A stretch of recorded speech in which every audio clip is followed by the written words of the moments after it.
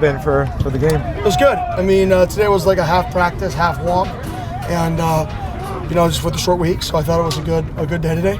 Tomorrow will be a walk and Thanksgiving, and then we'll go play. How challenging is it when you have Thanksgiving and people with their families or whatever they're doing on top of the short week? Yeah, I mean, like I tell the guys, it takes what it takes. We know what it takes to win football games, to prepare for a football game. Short weeks, you still got to put in that work on your own to get yourself in a mindset that you feel comfortable on a Friday night, and it takes what it takes. Kenny, we saw some players out at the St. Mary's Food Bank over the past week.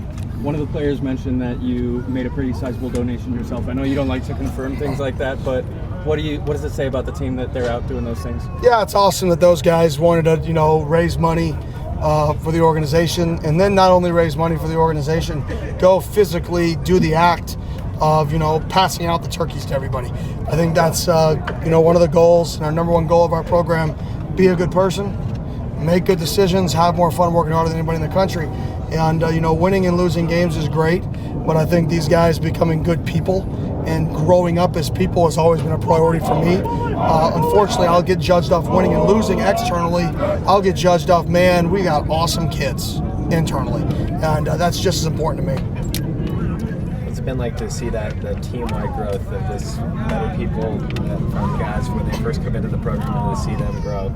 Yeah, that's what it's about. I mean, it's about seeing a guy come in and learn himself. I think that's what it is. I think this program is not about, making you different.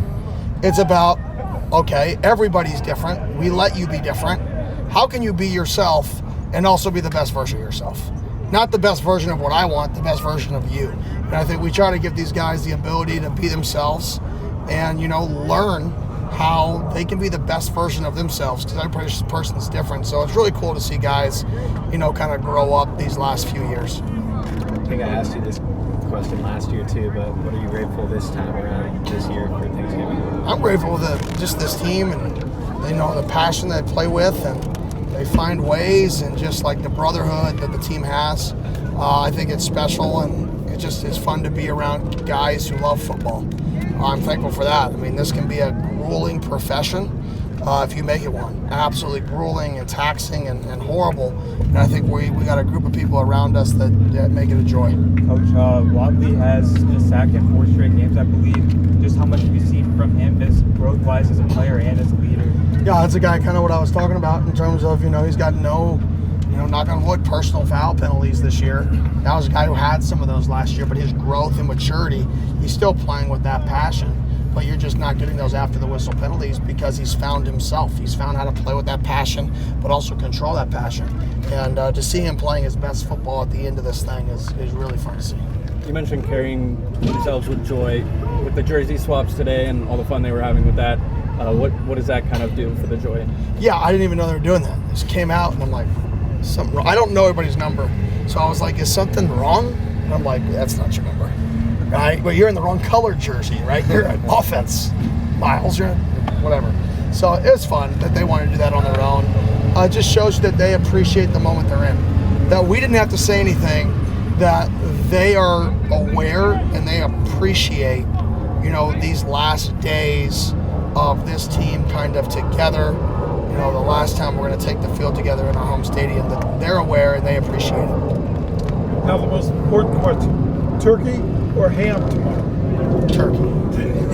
Yeah. Kind of rhetorical, I think. Yeah, it's just for fun. For shits and giggles. No doubt. Turkey. You have a favorite side dish? Mashed potatoes and gravy. I just do turkey, mashed potatoes, and gravy. I'm very, very boring. What kind of pie? Apple or pumpkin.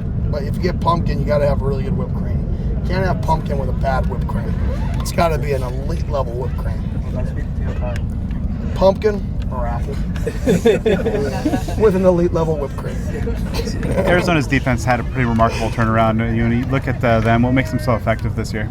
Yeah, well, one, they have a lot of veterans back there.